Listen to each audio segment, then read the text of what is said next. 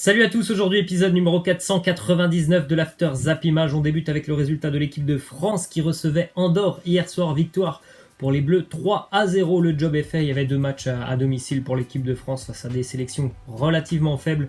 Voilà, 6 points sur 6 pour les Bleus. Maintenant les prochaines échéances pour l'équipe de France, ça sera dans un mois et là ça sera quand même beaucoup plus important et certainement plus compliqué.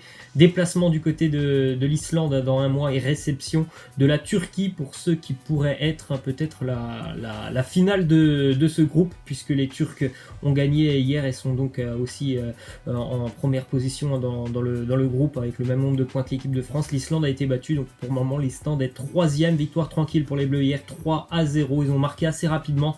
Dans ce genre de match où vous avez une équipe qui est vraiment largement supérieure à l'autre, c'est souvent important de marquer très rapidement pour ne pas laisser d'espoir à l'adversaire. But de Kingsley Coman, Clément Lenglet en deuxième période et en toute fin de match Wissam Ben Yedder. Ensuite une petite stat justement sur Clément Lenglet qui a inscrit donc son premier but en équipe de France hier sur un coup franc magnifiquement joué de la part d'Antoine Griezmann qui lui a déposé le ballon sur la tête. On avait eu d'ailleurs une petite déclaration hier de Didier Deschamps sur Clément Lenglet. Il était très élogieux sur son défenseur. Donc voilà, encore des points de marqué pour Clément Lenglet, notamment avec ce but. Ensuite, une petite déclaration d'Antoine Griezmann qui a donc raté encore un penalty après celui raté face à l'Albanie. Il en a raté un autre hier. Il nous dit le penalty, c'est chiant. J'étais sur une bonne dynamique. Il faut travailler, comme quoi on n'est jamais au top. Il est vrai que franchement, je trouve qu'il est quand même assez mal tiré. Il ne prend pas beaucoup d'élan non plus. Et puis, il est tout simplement mal tiré, le penalty d'Antoine Griezmann. Donc après, faut pas lui tomber dessus parce qu'on rappelle qu'il en a marqué beaucoup des pénaltys avant ces deux ratés avec l'équipe de France. Je crois qu'il avait tiré 7 pénaltys avant les deux ratés, il les avait tous mis. Donc bon, il y a des séries comme ça. Le pénalty, c'est un exercice qui se travaille et certainement que dans un mois, s'il y a un nouveau pénalty pour l'équipe de France, je pense qu'il décidera de le retirer. Ensuite, déclaration de Corentin Tolisso qui nous dit Kanté et Pogba sont deux joueurs très importants comme Kylian. Aucune équipe au monde ne pourrait se passer d'eux. On verra dans un mois d'ailleurs comment s'organisera l'équipe de France parce que là, il est vrai qu'il y avait quand même 3 gros absents. Kanté, Pogba et Mbappé sont des gros absents pour l'équipe de France. Et pourtant, les Bleus ont montré un très joli visage sur le terrain. Donc on verra dans un mois les compositions d'équipe de Didier Deschamps. Puis bien évidemment, si tous les joueurs seront aptes, parce qu'il y a souvent des blessés lorsqu'il y a une liste de l'équipe de France. Ensuite, déclaration de Noël Le Graët. Il nous dit l'Algérie, c'est le seul pays qu'on ne rencontre pas. Il serait temps qu'on joue au football 60 ans après. Il est temps de faire ce match, c'est une affaire de sécurité, cela relève aussi du domaine politique, je vais en parler au président. L'Algérie a transmis une offre, en tout cas une demande plutôt pour effectuer un match amical dans un peu plus d'un an maintenant. Pourquoi pas jouer cette Algérie-France, je crois que ça serait à Alger pour le courant de l'année 2020. Ensuite, une autre déclaration de Noël Le Graët sur le sujet de l'homophobie, il nous dit « Je n'arrêterai pas les matchs, je suis contre totalement ». Mais je ne veux pas être pris en otage sur l'homophobie. Il y a des services de sécurité pour faire en sorte que ces banderoles disparaissent. Il est vrai que je pense vraiment que les ultras vont continuer d'avoir ce genre de banderoles. Après, il est vrai aussi qu'il y a des services de sécurité. Normalement, les banderoles, elles doivent être vérifiées avant de rentrer dans un stade.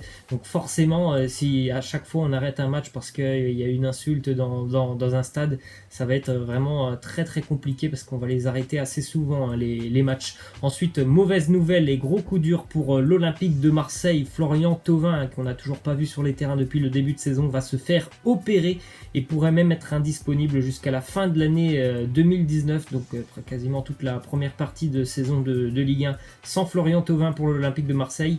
C'est quand même assez compliqué parce que voilà, ils n'auront pas le droit à un joker médical, les Marseillais, puisqu'ils ont recruté Valentin Rongier. Donc voilà, c'est ce que je craignais pour l'Olympique de Marseille, c'est les blessures. Même si lui, on savait qu'il n'était pas là, on n'attendait pas quand même une blessure aussi longue pour Florian Thauvin. Donc voilà, j'espère que vraiment l'effectif marseillais va tenir au moins jusqu'au mercato hivernal sans trop de blessures. Petite stat d'ailleurs sur Florian Thauvin, qui est depuis 2016-2017 est le Marseillais qui est, on va dire, le meilleur tout simplement sur le terrain. Les statistiques parlent pour lui, 53 buts, au moins 33 de plus que tout autre Olympien. C'est une statistique incroyable quand même. 27 passes décisives, 328 tirs, 124 cadres cadrés, 525 dribbles, 270 réussis, donc 145 fautes subies. À chaque fois, il est premier dans les statistiques, dans son apport offensif avec l'OM. Donc forcément, c'est quand même un très gros coup dur pour les Phocéens. Ensuite, déclaration de Younous Sankharé qui nous dit: j'ai appris que j'étais mis à pied. Je ne comprends pas pourquoi on cherche absolument à me faire partir. En août, j'avais des solutions pour... On m'a donné rendez-vous le 12 septembre pour m'expliquer les motifs. Donc rendez-vous demain pour Younous Sankharé pour savoir pourquoi il est mis à pied, même si on sait à peu près pourquoi. Mais en tout cas, lui, il ne comprend pas pourquoi ils ne l'ont pas laissé partir, notamment au mois d'août. Il est vrai qu'il ne comptait pas sur lui, donc c'était plus intéressant pour Bordeaux de le laisser partir, de prendre même une indemnité de transfert. Eh bien non, les Girondins l'ont conservé, il est toujours là. Et maintenant, ils veulent s'en séparer. C'est quand même assez surprenant. Ensuite, une info qui concerne Edinson Cavani. Selon le Parisien, il n'y a aucune discussion entre le PSG et Cavani pour le moment concernant une éventuelle prolongation de contrat. On rappelle Cavani, son contrat se termine dans moins d'1 an. Ensuite, une info qui concerne Adrien Rabiot. La LFP a donné gain de cause à Adrien Rabiot face au Paris Saint-Germain après que ce dernier ait contesté sa mise à pied avec retenue sur salaire plus suppression de sa prime d'éthique de mars suite à son like sur la vidéo de célébration de Patrice Evra. Rappelez-vous, après Manchester United de PSG, il avait fait des vidéos. Patrice Evra et Adrien Rabiot avaient liké le Paris Saint-Germain, donc avait tout simplement sucré, on va dire, son salaire plus quelques primes. Et ben, il a obtenu gain de cause, Adrien Rabiot. Ensuite, une déclaration du papa de Neymar qui nous dit: un Brésilien ne veut être que là où il est heureux. Et Neymar était très heureux à Barcelone. Les négociations entre les clubs ne sont pas terminées, donc à peine le mercato terminé, 10 jours après on entend déjà parler de Neymar et de son futur. Donc on comprend bien quand même que certainement au mercato hivernal, ou alors bien évidemment c'est sûr à 100%, au mercato estival, le feuilleton Neymar va redémarrer, puisque forcément il a envie d'être à Barcelone. Son papa nous le confirme. Une déclaration aussi de Sadio Mané. Il y avait pas mal de rumeurs autour de Sadio Mané. Il nous dit: je suis vraiment heureux de faire partie du club, de cette famille. Nous avons les meilleurs fans du monde ici et je suis toujours très reconnaissant pour leur soutien. J'ai vraiment du mal à décrire à quel point je suis heureux d'être ici. Il y avait des rumeurs qui envoyaient Sadio Mané notamment du côté de l'Espagne. Il y avait aussi surtout des rumeurs qui disaient que Sadio Mané n'était pas très à l'aise du côté de Liverpool. Donc voilà, il a mis les choses, il a mis les points sur les i, on va dire. Il est très bien du côté de Liverpool. Il est même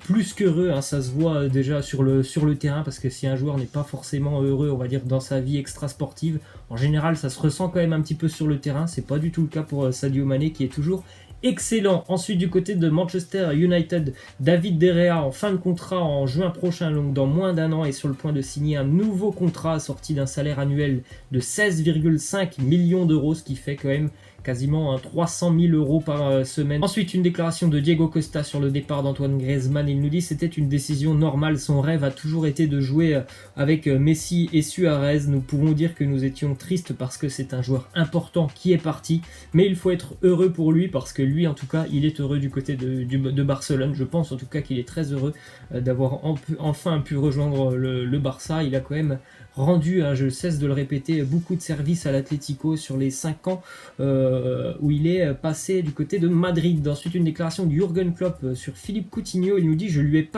personnellement dit que le Bayern lui conviendrait bien, raconte le technicien quotidien allemand. C'est un joueur de classe mondiale et une très bonne recrue pour le Bayern et la Bundesliga. Les deux se sont appelés. Coutinho a appelé aussi Jürgen Klopp pour savoir tout simplement si le Bayern était vraiment intéressant pour lui, et visiblement Jürgen Klopp lui a dit beaucoup de bien du championnat allemand et même du Bayern Munich.